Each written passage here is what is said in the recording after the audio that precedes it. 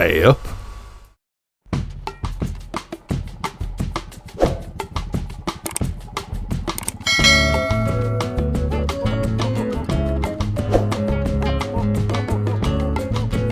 Ooh, close, but still no cigar. 60% of you wanted to see a list of all the bikes that I've owned. Despite me pleading with people to vote for the watch video, because I've already put a lot of research into it. Thanks for your loyalty, I won't forget it. Now I'm going to launch straight in with this video, because it is quite a long list. I have struggled with some of the photographs. I've spent a couple of hours this morning finding photographs of all these bikes. Not my bikes, because I don't have photograph of the bikes that I own, but, you know, sort of library photographs off the internet. Unfortunately, some of them are in formats that won't sort of load onto my editor, so I'm going to do my best to find alternatives, but there might be one or two pictures missing.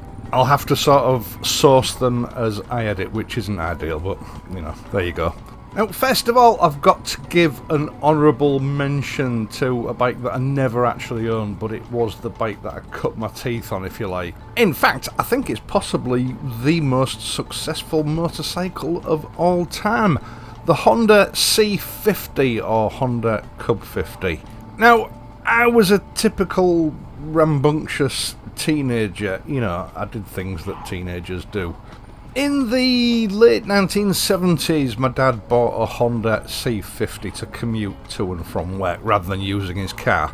If I remember correctly, it cost him £300 brand new. Now, my mum and dad had a caravan in the Yorkshire Dales. I think I've mentioned this before, actually quite close to where I'm riding now, in West Whitton. And they used to go, you know, every available weekend, and they'd spend the odd week or 2 weeks up there. And of course, being a teenager, it got to the stage where I didn't really want to go with them. So from the age of about 12 or 13, I think it was, they would often go up there for a weekend and leave me at home. Alone. And while the cat's away, the mice will play. I used to love it. I used to go everywhere on that bike. I visited my girlfriends, I used to go out with my mates, especially a bit later on when they got their first mopeds. Looking back, it seems quite incredible to me that I never got caught out, but I didn't. Like I suspect a lot of other people, this was my first experience of motorcycling, and I think I probably put more miles on that bike than my dad did. Happy days.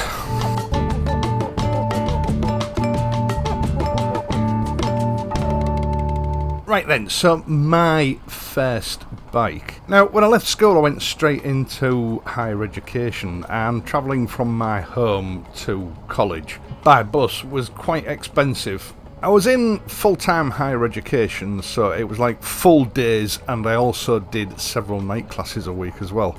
I worked part-time on the weekends, which brought in a little bit of cash, and I also had some government assistance. It wasn't a lot.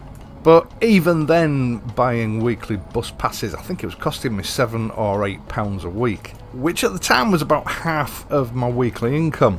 Now, my brother's a motorcyclist, or intermittently he's been a motorcyclist, but he's a completely different animal to me. He doesn't believe in maintaining vehicles. He used to buy motorcycles new. He would never maintain them or even take them in for servicing. He would ride them until they broke.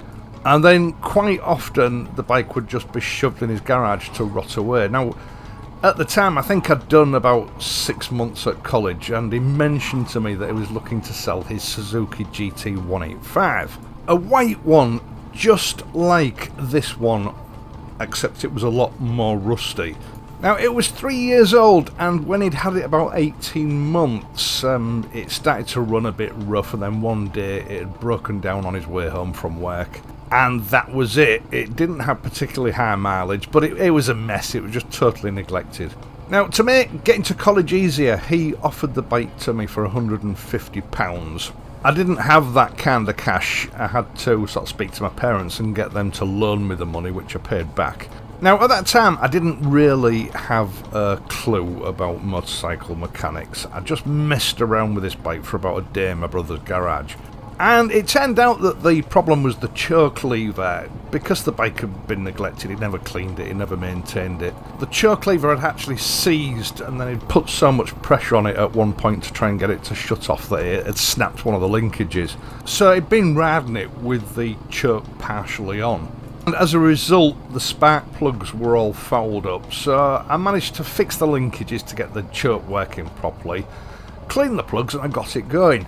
Now, the problem was I had an agreement with him and my mum and dad for the money, but no money had exchanged hands yet. When he found out I got the bike going, he put the price up by another 50 quid, so it cost me £200 in the end. Now, when I finally got the bike home, my dad gave it one quick inspection, then promptly took the keys off me, declared this bike a death trap, which looking back it was. The chain was shot because it had never been adjusted or lubricated since the day I bought it. The tyres were shot because he'd been riding them underinflated. There were a number of problems with it, including the brakes. And of course its first MOT was due, so luckily my dad sort of took pity on the situation my brother had put me in, and he got it all sorted out for me. We took it to a repair shop, it got new tyres, new chain and sprocket. The front forks had no oil in them because, you know, they were pitted and corroded, and he'd just left it to go to rack and ruin. I can't remember whether the garage sourced me a replacement set or whether they re-chromed them. It's a long time ago now. But that bike was my ride to college for the next 2.5 years. But then, of course, the new learner laws came in. Up until then, you could ride up to a 250cc bike on L plates, and you could ride it for as long as you liked, as long as you kept the L plates on it on a provisional licence. But the new learner laws then made that illegal. You had to drop down to a 125. I couldn't get a test booked in time before the new law came in, and I had to sell it and go back to the bus to get to college for the next almost a year, I think it was. I then managed to get into the police, and, you know, again, I needed personal transport. So I got my first new bike, a Suzuki GS125. Again, this is one of my most memorable bikes. Now, mine was the blue version. I think it cost £1,200, but the thing about these were they were styled on the famous Suzuki Katana, a landmark motorcycle for Suzuki back in the 1970s, and at the time it was cutting edge. Mine was the ES version, like this one, with the little bikini fairing. But I had that taken off by the dealer before I took delivery of it, and they fitted the Suzuki equipped full-length fairing, which gave it a sort of a racy look. Now, I did some serious long-distance touring on this bike, two up with my girlfriend at the time. We went all the way up to Scotland from Hull, I think twice, for sort of week and a half to week-long camping trips. And we went to Cornwall one year on it, which was a sort of similar length journey, because Hull is more or less in the middle of the UK. And that little bike never missed a beat. It was fantastic. I actually hung on to it for about a year, maybe even 18 months after I'd passed my test, but eventually it was time for it to go. Anecdotally, I saw this bike again in 1999 parked up in a supermarket car park. So it was still on the road sort of 16, 17 years after I'd originally bought it, although it was looking a bit worse for the wear by then. I traded that 125 in for a Suzuki GSX550. Fantastic motorcycle. Inline 4-cylinder, about 69 or 70 brake horsepower, I think it was. Again, I did a lot of two-up touring on that bike, but unfortunately it met a very sad end. I'd just done a double shift, an early turn and a late turn shift joined together, and for convenience I decided to spend the night at my girlfriend's house, which wasn't too far away from the station that I worked at the time. I was so tired I couldn't be bothered to put the bike chain on it, and then the next morning the bike had gone. Totally my own stupidity, I should have known better. Now, that bike was actually recovered about a week later. It had been the result of a police chase by traffic, and the rider crashed it but managed to escape. Now, this lad was one of the local scroats, and I think it took about 6 months before he was caught. He was sort of wanted for quite some time. He was locked up for something unrelated to my bike, but the theft of my bike was one of the offences that were taken into consideration, which meant he didn't get charged for it. Now, I've got to admit, this pissed me off a little bit because the bike was quite a new model at the time, and parts for repairing it weren't readily available. And the dealership reckoned it was going to take 8 months to get all the parts in and repair the bike. So basically I had to trade the wreck in and buy a different bike, buy a new bike. My insurance company had coughed up the money for all the repairs, so I didn't lose out that much, but it was all very inconvenient. Now luckily, or as luck would have it, this guy only served about 6 months inside for what he'd done, but he lived on my beat.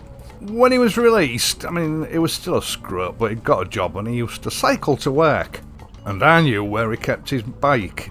So on my night shifts and on my late 10 shifts, I would go and let the tyres down on his bike. At least once a month. For about 2 years. Proportionate justice. It wasn't very bright, he left it in the same place every time. Now, I replaced that bike with a brand new Suzuki GS850 shaft drive inline 4. Mine was all black.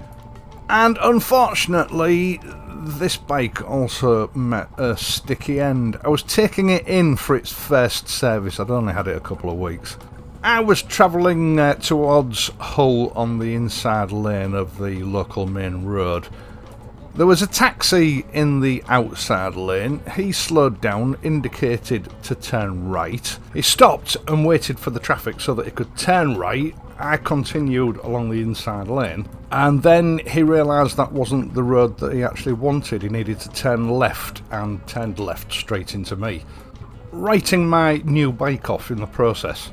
Luckily, there were witnesses to this and it all came right in the end, but what followed was a few months of wrangling. My insurance company didn't pay out initially. I'd just bought my first new house, money was tight, and it all becomes a bit of a blur after that because I went through a succession of rat bikes. I had a Kawasaki Z200 in blue for about 18 months. I can't actually remember what happened to that bike. I'm presuming I sold it, and I bought a Yamaha XS250 which I ran for a couple more years. I sold that to a mate at work, and then I got a Kawasaki Z400.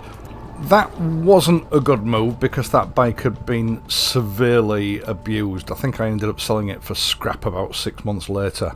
Things were a little bit better financially, so I bought myself a brand new MZ ETZ125 in black. It wasn't a bad bike, it was reasonably reliable, and I think I kept that for about 2 years. Maybe a little bit longer, but eventually I traded it in for a Kawasaki GPZ500 in a hideous shade of Kawasaki Racing Green. And after about 18 months, I think I'd taken it in for a service, and the dealership made me a really good offer for it against a GPX750.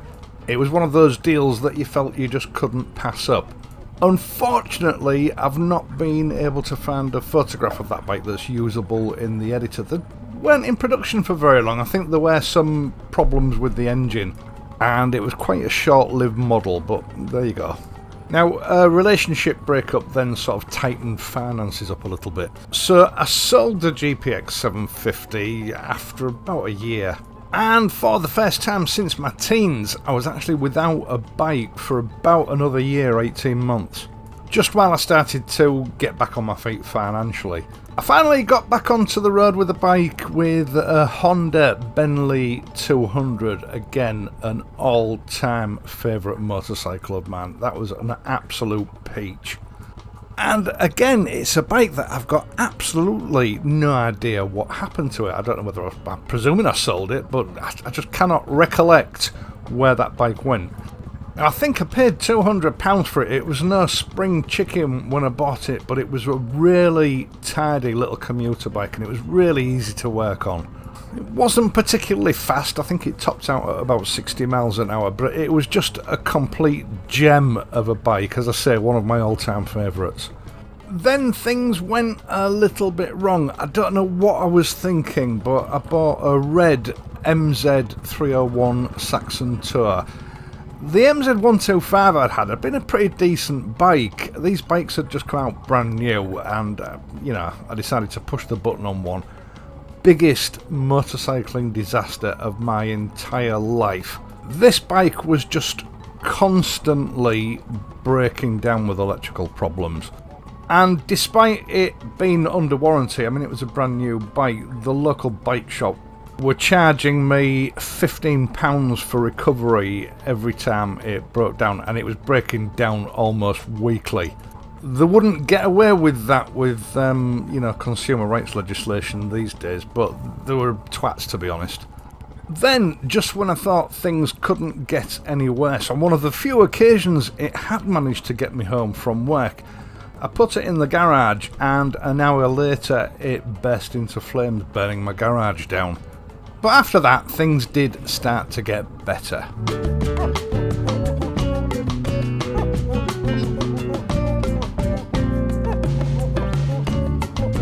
I was without a bike for about 6 months while the insurance etc. got sorted out.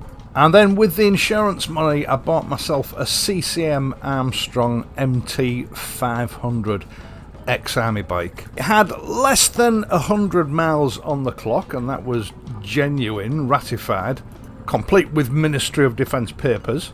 It cost me £700 cash, and it was like new. It came complete with front panniers and machine gun case. Now, the interesting thing about this, it was a Rotax single-cylinder 500cc engine, and Harley Davidson had bought the company. It's now CCM. I'm not really sure what's sort of happened, but it came with Harley Davidson side panels on it and all the spare parts, because I was given a big box full of brand new spares for it. All had the Harley Davidson packaging. This was a cracking little bike. It was one of the last 500cc models. I think they swapped to a 350. It was part of the last batch of 500s, and I don't know, something to do with internal politics.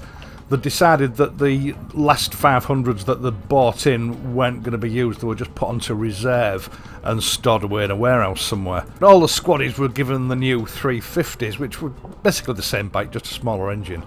I think it was 7 years old when I got it, as I say, with less than 100 miles on the clock. And I had that bike for close to 4 years.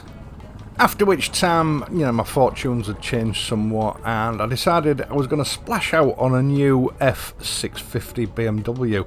Very similar bike and engine. I had to sell the MT500 privately because the BMW dealership weren't willing to take it in as part exchange. Once again, the BMW 650 was a cracking little bike, and selling it on, to be quite honest, is one of my big regrets. I wish I'd kept it. At 2 years old, I took it in for a service, and, you know, as is customary for BMW dealerships, they lent me a BMW R1200 GS Adventure for the day. Then, when I came back to pick up my 650, I ended up ordering one. I didn't find the BMW Adventure to be a particularly comfortable bike. I had it for 2 years. They brought a new uprated version where they stated that they sorted out the comfort issues. I traded it in and bought a second one, and actually found that to be worse comfort wise. I just didn't get on with it at all.